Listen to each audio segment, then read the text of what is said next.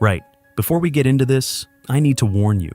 Some of what you're about to hear is going to make you genuinely uncomfortable. Manchester is one of the most celebrated cities in the entire country. World-class music scene, incredible food, passionate football culture, rich industrial history. But there are corners of this city that the tourist brochures never mention. Corners that local estate agents quietly steer you away from. And today, we are pulling back the curtain on 15 hidden neighborhoods in Manchester that you genuinely should think twice about visiting.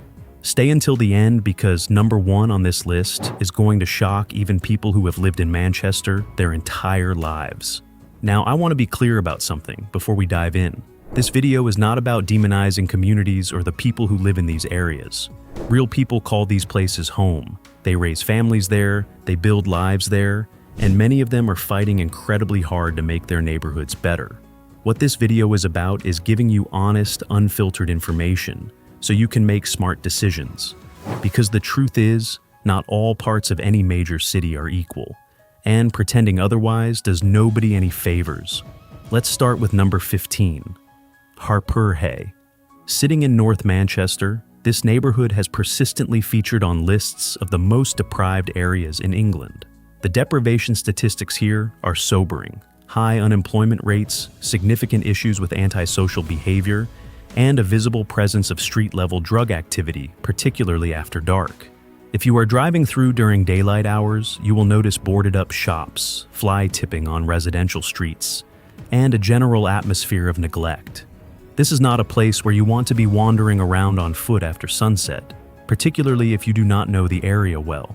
Number 14 is Mawston, right next door to Harpurhey and sharing many of the same challenges.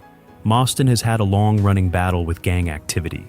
Local police have repeatedly flagged certain streets in Mawston as hotspots for vehicle crime and street robbery. The residential parts can feel deceptively quiet during the day, which is actually what catches many visitors off guard. The area's problems tend to spike dramatically at night. And if you are parking a vehicle here, you want to be extremely careful about what you leave visible inside it. Number 13, Collyhurst. This is one of those neighborhoods where the history almost breaks your heart. Collyhurst was once a tightly knit working-class community with a strong identity. Decades of underinvestment and failed regeneration promises have left deep scars. Derelict land sits where houses used to stand. The crime rate per capita in parts of Collyhurst consistently sits above the Manchester average. There have been ongoing issues with drug dealing in certain housing clusters, and residents themselves frequently report feeling unsafe in their own streets. Number 12 is Longsight. Now, this one might surprise some of you because Longsight actually has a pretty busy high street and a reputation for multicultural food and markets. But scratch beneath the surface and Longsight has serious problems. Knife crime incidents in this corridor have been disproportionately high. There is a history of gang territory disputes in the area, and late evenings on certain residential roads behind the main drag can be genuinely dangerous. The busyness of the high street creates a false sense of security that has caught out visitors more than once. Number 11, Gorton. South of the city center, Gorton is another area with a complicated relationship between its past and present. There are genuinely beautiful pieces of heritage here, including the stunning Gorton Monastery, which has been lovingly restored. But surrounding streets tell a different story. Burglary rates in Gorton consistently run high. There are pockets within the neighborhood where criminal gang activity has been documented repeatedly by Greater Manchester Police. Isolated streets in the eastern parts of Gorton, in particular, are places where locals themselves admit they avoid. Number 10, Miles Platting. Located just northeast of the city center, Miles Platting often gets overlooked simply because most visitors never have a reason to go there. And that might actually be doing you a favor. The area has undergone some regeneration, but crime statistics continue to remain elevated. Car theft, robbery, and drug-related offenses all feature prominently in local police reports. The physical environment, with its mix of aging housing stock and vacant lots, can feel quite isolating, and that isolation creates opportunity for criminal activity that affects anyone passing through. Number 9 is Cheetham Hill. Now here is a name that will definitely resonate with people who know Manchester. Cheetham Hill developed a fierce reputation in the 1980s and 1990s as one of the most notorious areas in the entire city. And while significant changes have happened since those darker days, the area has not fully shed its problems. Drug supply networks operating out of certain streets in Cheetham Hill have been the subject of repeated police operations. Street robbery remains a concern, and there are parts of this neighborhood where the atmosphere becomes visibly tense as evening approaches. Number 8. Openshaw. Sitting in East Manchester, Openshaw has been caught in a strange limbo. It borders areas that have benefited enormously from the regeneration that came with the construction of the Etihad Stadium and Manchester City's surrounding development. Yet Openshaw itself has seen comparatively little of that investment trickle directly into its streets. Antisocial behavior, criminal damage, and drug-related crime continue to affect the quality of life for residents. First-time visitors are sometimes surprised by how quickly the visible condition of the environment deteriorates once you move away from the main roads. Number 7 is Rusholme.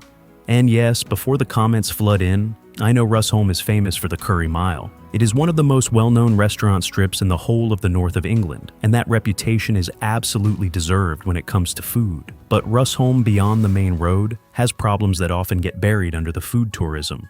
The residential streets branching off the Curry Mile have been repeatedly highlighted for robbery, particularly targeting people leaving restaurants late at night.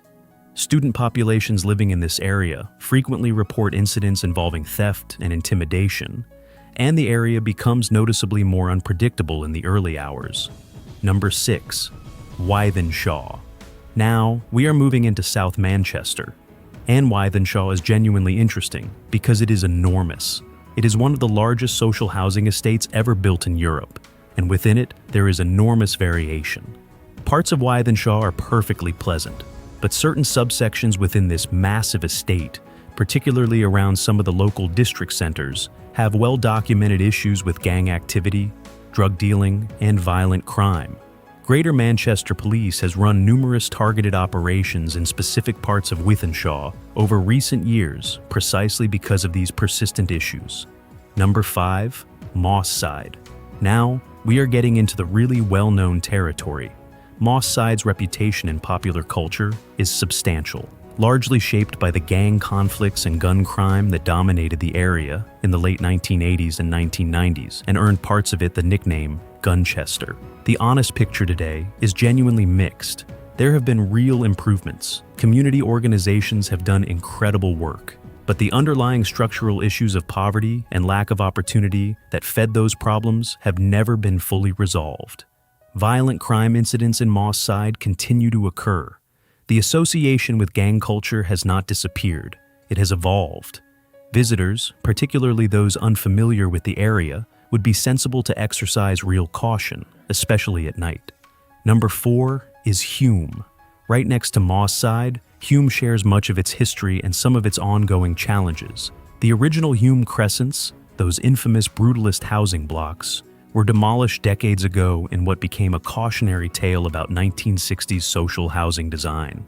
The area was rebuilt, and genuine progress happened, but Hume continues to sit in uncomfortable statistical territory when it comes to crime. Drug use is visible in certain green spaces even during daylight. Antisocial behavior incidents are reported at rates above the city average. The proximity to the city center actually exacerbates some of these issues as the area acts as a corridor. Number 3. Newton Heath. This one carries a piece of history that football fans worldwide will recognize because Newton Heath was the original home of the club that became Manchester United. But that heritage sits awkwardly against the present reality. Newton Heath experiences some of the highest rates of vehicle crime in the entire Greater Manchester area. Residential burglary is a significant problem. There have been documented issues with criminal networks operating in the area.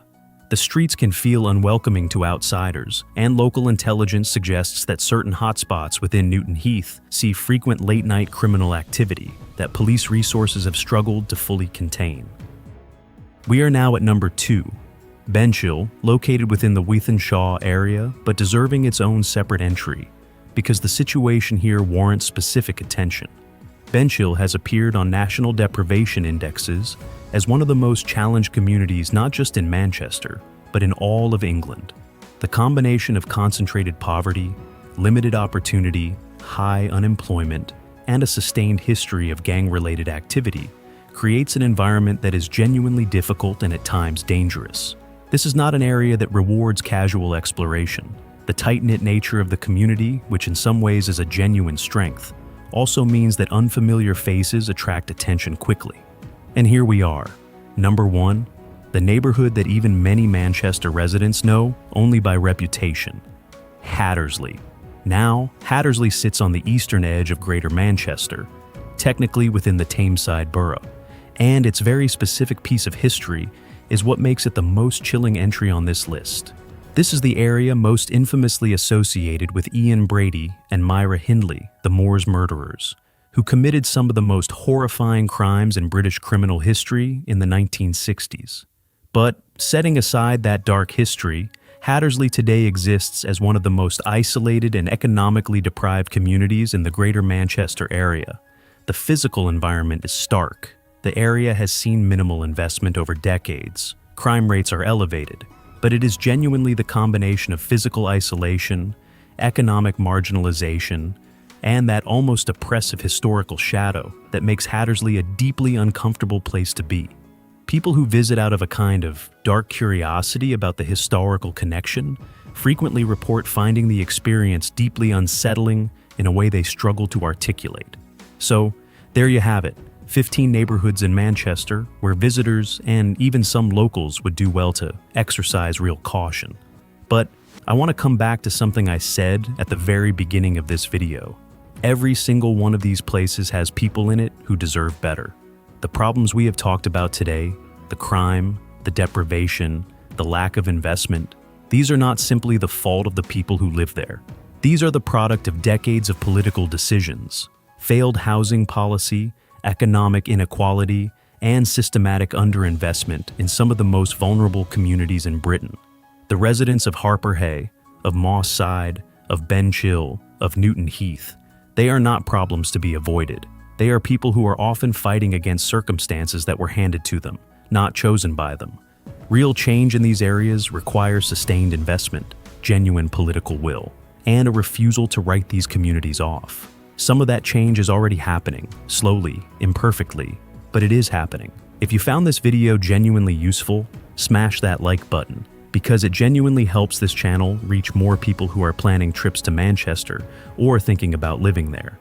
Drop a comment below and let me know if there are areas we missed or if you have personal experience of any of these neighborhoods. Your local knowledge is incredibly valuable, and the conversation in the comments on videos like this is always fascinating.